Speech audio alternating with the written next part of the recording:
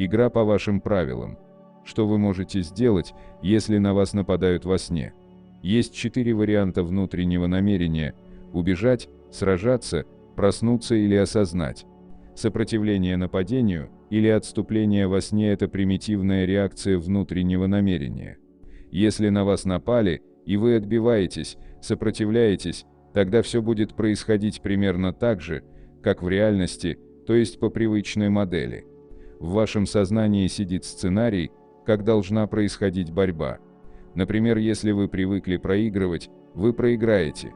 Ваш сон будет перемещаться в пространстве вариантов в соответствии с этим сценарием. Во сне вы действуете так же, как привыкли действовать в реальности. Поскольку во сне возможно все, гораздо эффективнее будет использовать внешние намерения. Вы можете спокойно повернуться к противнику и легким усилием воли представить себе, что он самоустраняется или превращается, например, в лягушку.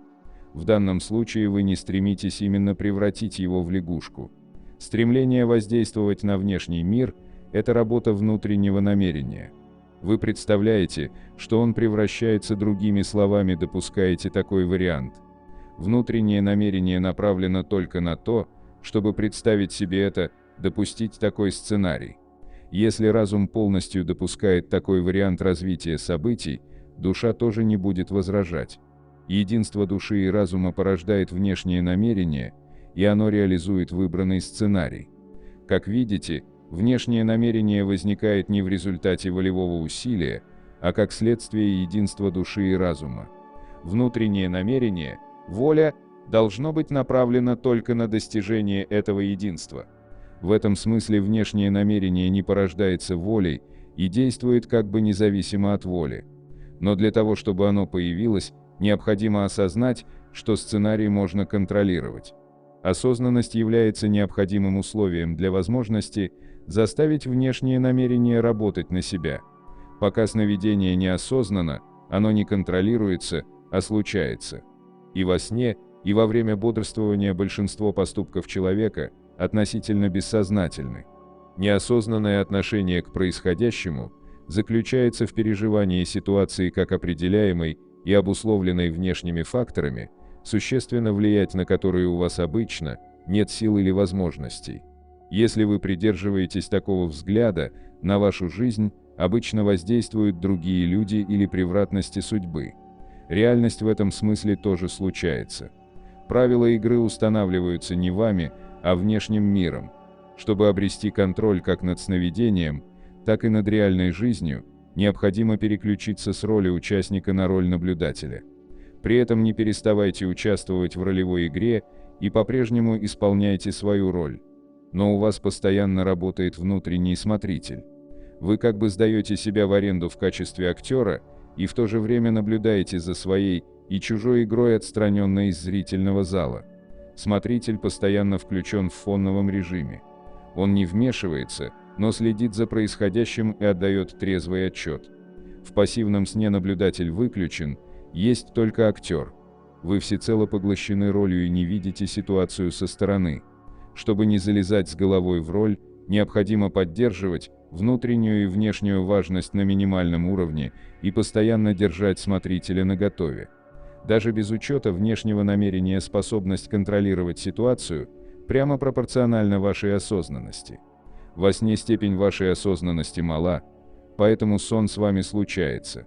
Если же вы осознали, что спите, вся ситуация оказывается под контролем. Вы делаете, что хотите. Подверженность влиянию людей и деструктивных маятников обратно пропорциональна осознанности. Во сне многие ведут себя, как зомби.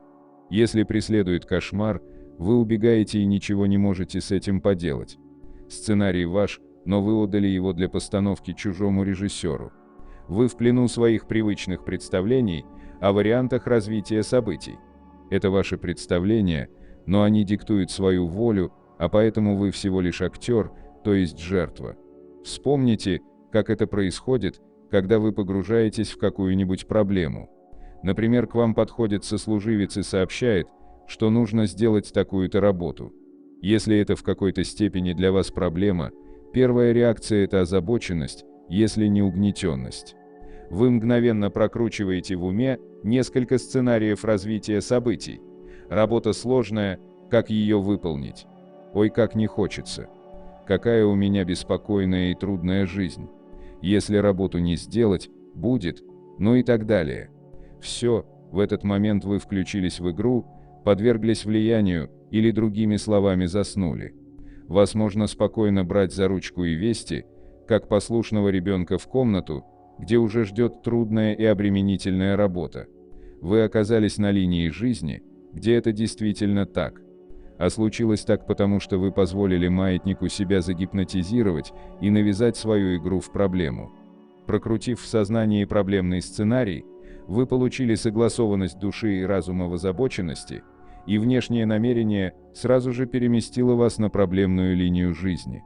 Это совсем не сложно, ведь такие чувства, как страх, безысходность, недовольство, беспокойство и озабоченность, овладевают нами без труда. А что послужило изначальной причиной? Важность. Вас втянули в игру или усыпили только потому, что вы оценили игру как важную, саму по себе и для вас. Внешняя и внутренняя важность. А теперь представьте себе другой вариант развития событий. К вам подходит человек, несущий проблему. В этот момент встрепенитесь и скажите себе, что не спите и можете сами решить, превратится первый толчок маятника в проблему для вас или нет. Это первое условие контроля над ситуацией.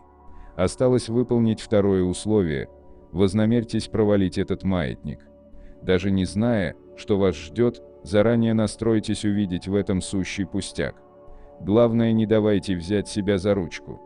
Не предпринимайте никаких наступательных шагов, не отказывайтесь, не пытайтесь увильнуть и уж тем более не раздражайтесь.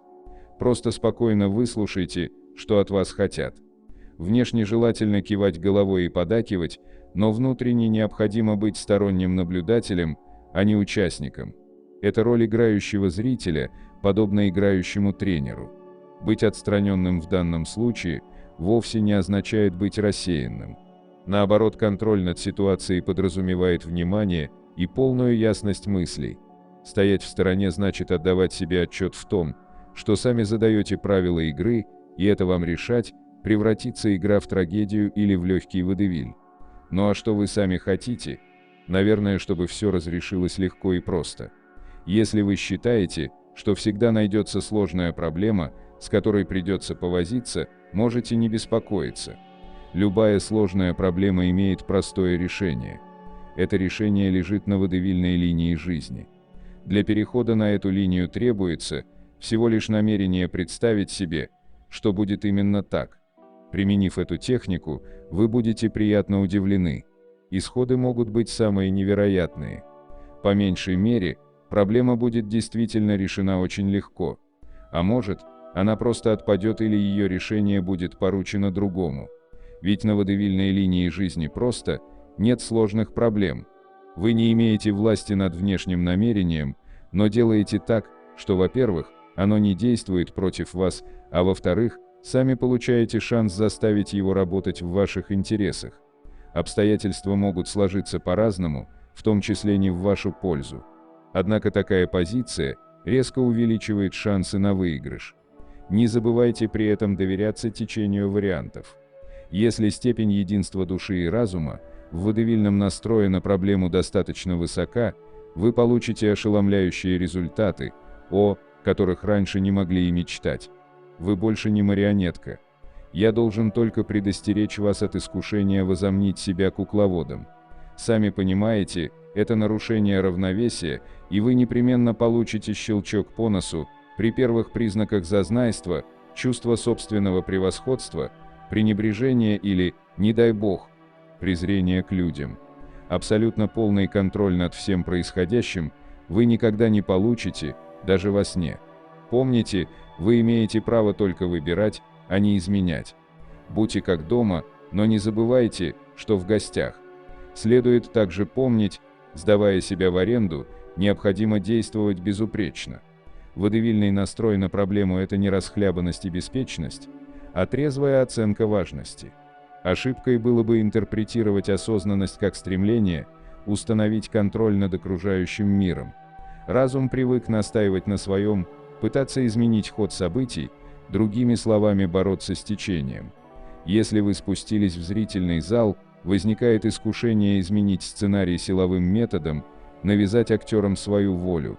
Такое поведение не имеет ничего общего с трансерфингом, поскольку опирается исключительно на внутреннее намерение бороться с течением.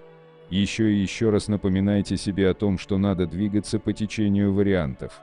Осознанность – это не контроль, а наблюдение. Контроль направлен только на то, чтобы не барахтаться в негативе, а представить себе благоприятный сценарий и пустить его в свою жизнь, принять его всем сердцем.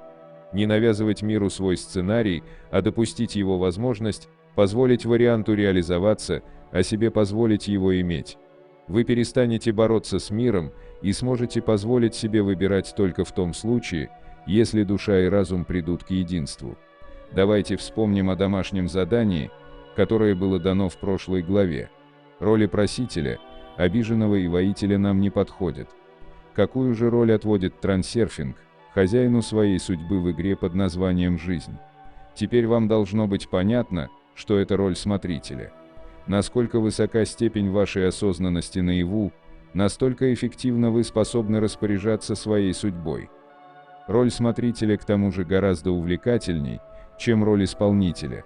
Как известно, командиры, начальники и прочие руководители занимают более активную жизненную позицию, чем простые исполнители, и не только потому, что у них ответственность выше. Работники руководящего звена скорее смотрители, нежели исполняющие обязанности. Положение обязывает их быть более проснувшимися, в отличие от простых работников, которые могут спать, вынужденно исполняя свои обязанности. Заняв позицию смотрителя, вы сразу почувствуете прилив энергии, и ваш жизненный тонус повысится, потому что теперь нужно не просто понуро исполнять чужую волю, а самим творить свою судьбу. Ответственность за свою судьбу – это не бремя, а свобода. Человек отличается от животного не столько уровнем интеллекта, сколько степенью осознанности. Животные пребывают в более сонном состоянии. Их поведение в основном определяется стереотипными сценариями, заложенными природой, которые проявляются в виде инстинктов и рефлексов. Животные действуют, как будто играют пьесу по сценарию, изменить который нельзя. Человек в этом отношении более проснувшийся. Он естественнее осознает самого себя как личность и свое место в этом мире. И все же уровень осознанности человека еще очень низок. Человек играет свою игру, находясь на сцене. Он всецело поглощен этой игрой. Секрет так называемых умных людей состоит в осознанности. Ясность ума определяется степенью осознанности. Одни люди ясно мыслят и ясно излагают, у других путаница в голове. Острый ум, с одной стороны, и тупость, с другой, это вовсе не степени развития интеллекта, а разные степени осознанности. Тупость – это скорее психологическая защита от нежеланной информации. «Ничего я не хочу знать, отстаньте вы от меня». Острый ум – это, наоборот, открытость, любознательность, желание получать и обрабатывать информацию. «Хочу все знать». Тупость иногда является следствием заторможенности. И то, и другое может быть развито в детстве, например, когда ребенка насильно заставляют что-то учить, да еще при этом оказывают психологическое давление. Чем крепче мы спим наяву, тем больше делаем ошибок. Муха, бьющаяся о стекло, спит так же крепко. Погружение с головой в игру не позволяет взглянуть на действительность широко и объективно. Зацикленность на игре сужает фокус восприятия и ставит заслонку. Делая ошибки по этой причине, человек впоследствии удивляется: «И где были мои глаза?» Словно нашло какое-то наваждение. Даже 1 апреля, когда человек знает, что его могут разыграть, он все равно попадается в ловушку. Но разве это не сон наяву? Неосознанность в той или иной степени наступает, когда человек не хочет встретиться с реальностью лицом к лицу. Желание уйти от грозящей реальности заставляет страуса прятать голову в песок. У человека это проявляется в стремлении отгородиться от внешнего мира. «Ничего не вижу, ничего не слышу, ничего не хочу, оставьте меня в покое». Совсем зарыться с головой в одеяло и заснуть нет возможности, и он невольно стремится заблокировать свое восприятие, снижая уровень осознанности. Например, неагрессивный и безобидный человек старается закрыться от неминуемого удара. Но он не может отразить удар, потому что осознанность заблокирована страхом, и реакция замедленно, словно пелена, повисла на глазах. Ярость застилает понимание точно так же. Человек с головой погружен в игру и ничего вокруг не видит и не слышит. Отсюда термин «слепая ярость». Страх и ярость – это крайнее проявление неосознанности. Маятники сплошь и рядом пытаются мягко усыпить нашу бдительность. Реклама, например, оказывает зомбирующее воздействие, пользуясь тем, что люди большую часть времени проводят в полуосознанном состоянии. Осознанность, как четкое восприятие окружающей действительности, проявляется только иногда, когда обстоятельства подбрасывают в кровь адреналин. Поэтому так сложно сделать такую простую вещь, проснуться во сне и сказать себе: ребятки, хватит меня дурачить, это всего лишь сон, а поскольку он мой, то здесь хозяин я, а не вы. Осознанность помогает также вытащить из подсознания интуитивную информацию. Это можно сделать, если ловить себя на мысли: а почему мне вдруг захотелось это сделать? Голос души звучит тихонько, еле слышно. Разум в ответ орет: замолчи, я сам знаю, чего хочу и что мне делать. Надо выработать у себя привычку постоянно прислушиваться к шелесту утренних звезд. В полуосознанном состоянии практически невозможно вовремя вспомнить, что надо подмечать, о чем говорит внутренний голос. Даже если вы с утра дали себе твердую установку слушать голос вашей души, в нужный момент не сможете об этом вспомнить, если будете спать. Итак, мы выяснили, что единство души и разума порождает внешние намерения, а осознанность дает шанс подчинить его своим интересам. Единство души и разума во сне достигается так легко по той простой причине, что душа свободна от авторитарного контроля разума. В осознанном сновидении контроль присутствует, но он направлен только на корректировку сценария. Все остальное, даже выходящее за рамки здравого смысла, допускается. Разум соглашается принимать во сне всевозможные чудеса. В сказке Андерсена Огниво есть такой эпизод, где принцесса, убежденная в том, что видит сон, соглашается гулять с солдатом по крыше. Также и разум во сне допускает все, что угодно, а в реальности снова судорожно цепляется за свое обыденное мировоззрение. Не удастся так просто достичь единства души и разума за границами здравого смысла. Здравый смысл – это наша пожизненная клетка, и вырваться из нее непросто. Человек может увлекаться мистическими учениями, витать в облаках, верить в невероятное. Но в этой вере всегда есть место сомнению. Разум может притвориться, но на самом деле он знает, что яблоки все же падают на землю. Поэтому так трудно полностью подчинить себе внешние намерения. Тем не менее, вы сами можете убедиться на своем опыте в том, что осознанность действительно резко повышает шансы. Максимальная осознанность достигается при условии, что в вашем сознании постоянно присутствует смотритель. Он объективно оценивает происходящее, в чьих интересах ведется игра, и следит за тем, чтобы вас не втянули в эту игру, как марионетку. Необходимо каждую минуту помнить, спите вы или нет. Можно заниматься осознанными сновидениями, если не страшно. Но сон пройдет, и вернется повседневная действительность. Не лучше ли заняться осознанной жизнью? Как видите, эта альтернатива дает возможность обустроить слой мира по собственному вкусу. Выбор за вами.